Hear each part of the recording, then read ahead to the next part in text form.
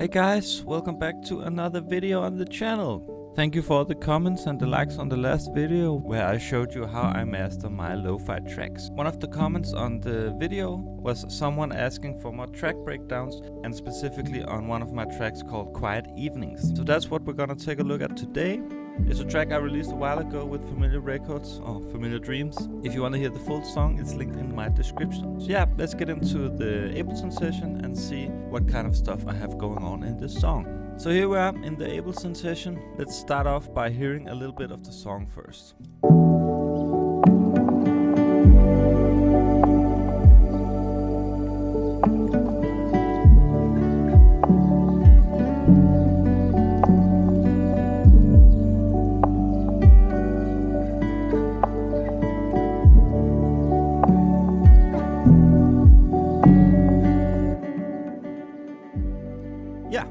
Let's start from the beginning and from the top.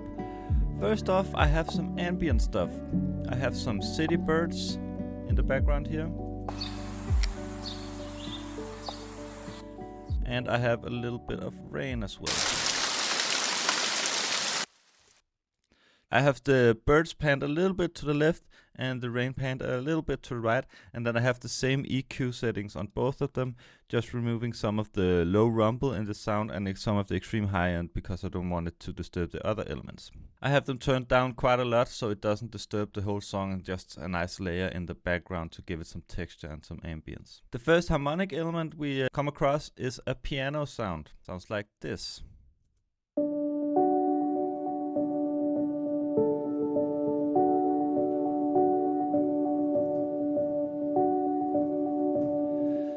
And it's just playing the same three notes, and it's outlining a D major chord, playing a D and then an F sharp and an A. The piano playing this is the Imagery Piano 2. It's the main piano I use when I make Sleepy Lo-Fi or Lo-Fi in general. Just a standard preset that comes up when you open it. Then I have a little bit of Sooth 2 doing some stuff, taking some of the harsh peaks. And then I have an EQ8 from Ableton, taking some low end out below 80 Hz and some high end out above 2.5 kilohertz. Then I have a black box saturator, just to give it some saturation and some warmth.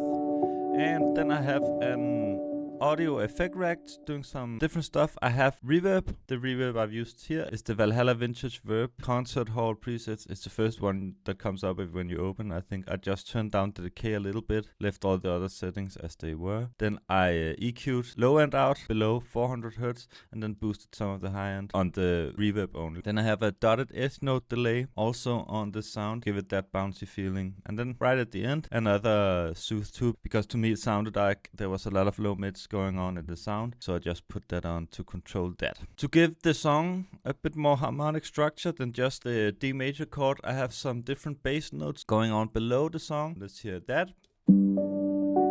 Starts on a G, then goes to a D, and then to an F sharp, and a G again,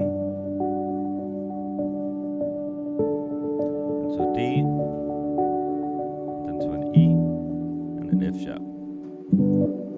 So when you have the lower piano playing the G note on top of the D sharp that is on the other piano sound, you get a G major 7 at 9 kind of thing. When you play the D, of course you have a D major and then F sharp, also a D major, just with the F sharp and the bass to lead onto the G. So we have a kind of standard lo-fi chord progression where you go from the root to the fourth chord of the scale. Kind of a standard chord progression, but making it kind of different and more interesting by having this pedal triad going on with some cool effects. Also in the intro we have a bass.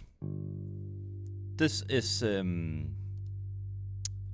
I was feeling kind of lazy when I made this sound. I didn't want to record the bass myself because it just plays the root notes. I didn't want to do anything interesting on it, so I might as well just use a plugin for that.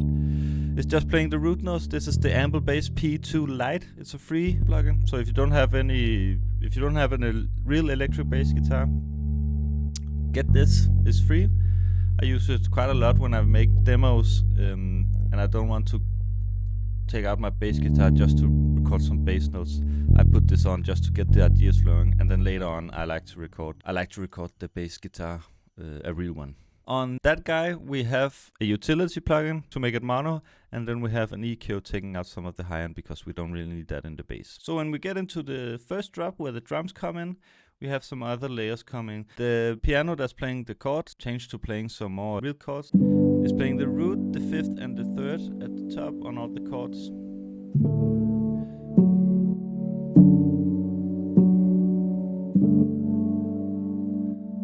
With some stuff, here's playing the 9 and the... So just playing a bit more notes to give it some more harmonic structure. And then we have some different stuff coming. We have some pedal steel. This is just a sample from Splice. I've pitched in different ways. First it's coming in the right ear here, and then some different notes in the left ear pitched as another way, just to give it a lot of ambience. We have an EQ taking out some of the low end, boosting a little bit of the highs. Then a very long reverb, fully wet, taking out a little bit of the low end so it doesn't get muddy. And then another EQ just taking a little bit out of the 1K hertz. The other sound is doing exactly the same. Then we have a vocal drone.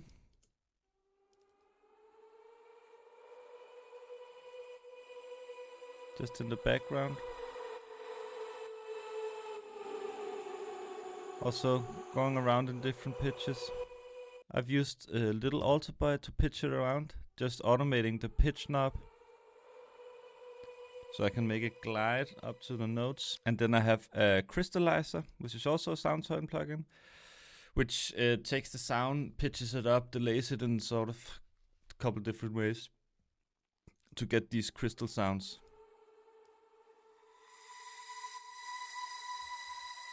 Give it some sparkle. And then I have at the end fully wet reverb, again super long, and this time I've used the Valhalla Supermassive, which is a free plugin, so get that if you don't have it as well.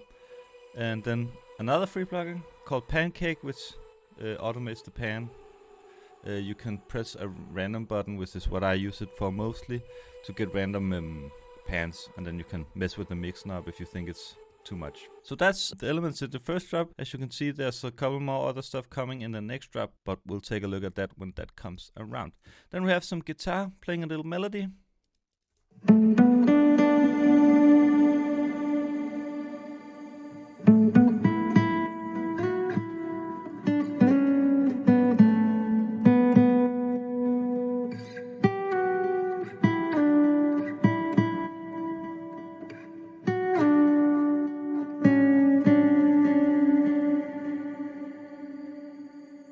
The guitar in the recording here is this guy, an acoustic guitar. I like to play it with my fingers to get more of a soft sound, not do it with a pick. First we have an EQ8 again, taking out some low end, taking out some high end. Then we have a soothe again, to control some of the frequencies. Then we have a glue compressor, just to control the peaks. And then we have a couple different tape emulators. The first one here, Tape Cassette 2, on a preset called Lightly Toasted, just to give it some flutter and some saturation. Then we have the Tape LOFI here, doing kind of the same thing, giving it some wow, some flutter, some saturation. Then we have a Valhalla Vintage reverb and a delay.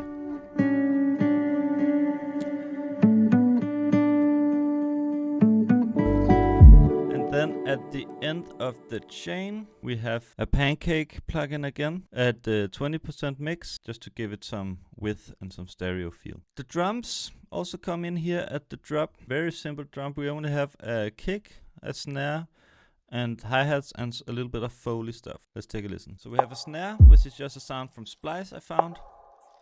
This is the name if you want. Mogul Rimshot Ocean.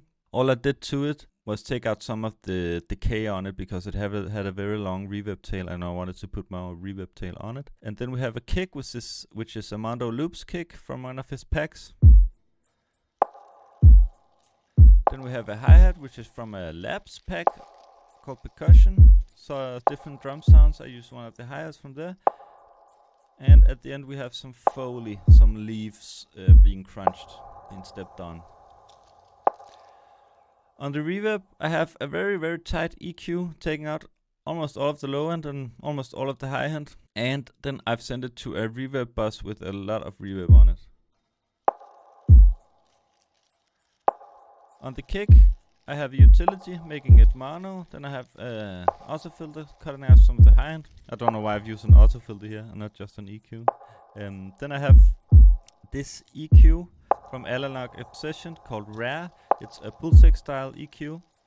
I've just boosted some of the low end, also attenuated some of the low end to give it that classic Pultec dipping sound, just to control the low end. And then I have a little bit of EQ because I thought the low end gotten a little bit extreme, just taking out everything below 30 Hz. On the leaves crunching, I have an EQ taking out the low end, and then I have a pancake again doing some panning, and a Valhalla verb at the 28%, just to give it some space. After the first chorus, if we can call it that, we go to a section where we strip down some of the elements. We remove the main drum elements, keep the Foley in and the vocal drone and the two piano sounds. We've also taken out the bass guitar to really break it down, and then slowly we introduce some more elements leading up to the drop. We take in the pedal steel guitar again and then the snare. But here in the verse section, I've also put on a delay sent the snare to it, so I don't know if you can hear it, but it has the delay feel, and then we take it out again when the drop hits.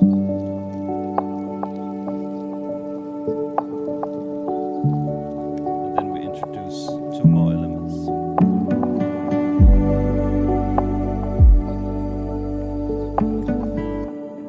In this last drop here, we have some more synth stuff going on. We have this lapse sound here.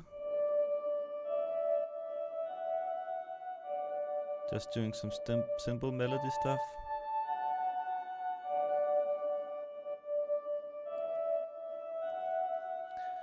This is from another Labs pack. It's from the Piano Pads pack.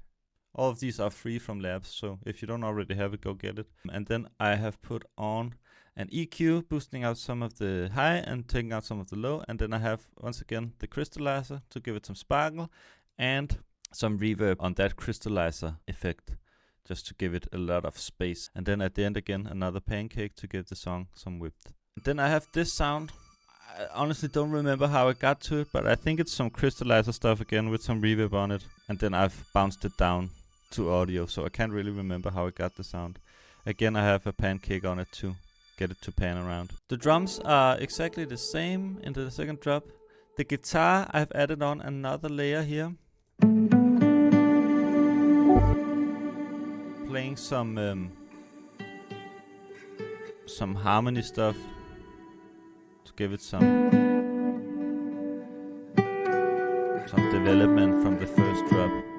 Just some thirds and some fifths. And then I've made sure all the panning stuff I have on the other sound, the delay and the pancake on the other guitar, I've made sure that it does the opposite on this sound so they don't clash too much. The chords in the second drop here are the same in the first half, but when we get here, we get a change in the chord progression just to give it again some development.